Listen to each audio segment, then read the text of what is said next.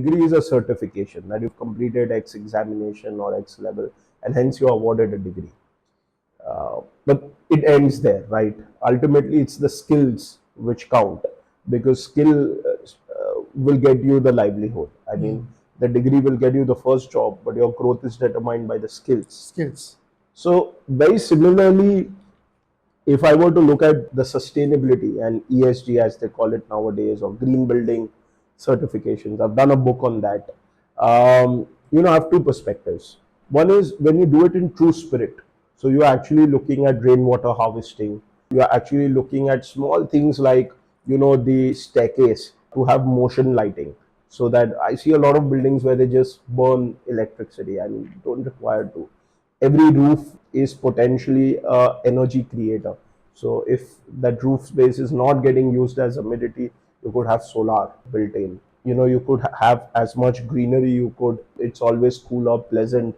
If you look at the carbon footprint, the material choice that you do, the color palette that you do, etc. I mean, things like those could make it sustainable, could make it intergenerational. The open space that you leave, the floor to ceiling height that you give. I mean, I believe true sustainability is from that perspective, which augments your quality of life, which augments your standard of living.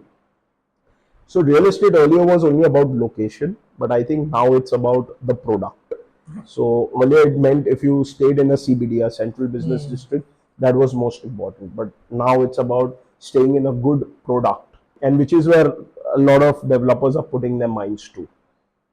The second piece is the commercialization of green buildings or green certifications. It's like that degree. You go to a fancy university, pay lakhs of rupees, and you get that tag that you are an alumni from so and so. So it's very similar to that, where it's like, or I would give you a metaphor of brown bread sandwich or multi-grain sandwich. I mean, no one knows the difference largely between white bread sandwich and a Brown bread. brown bread, but there's always a fat. Put butter, but brown bread is what I want. So, that green building has also gone to that extreme.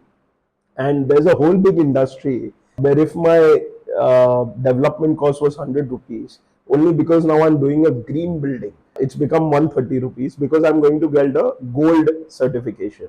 So there's this commercialization of green buildings, which I feel is not going to help long term, because people read through that. So now, to a point where certification is becoming mandatory for commercial complexes, because you have MNCs who also want to look good on ESG, so they insist that.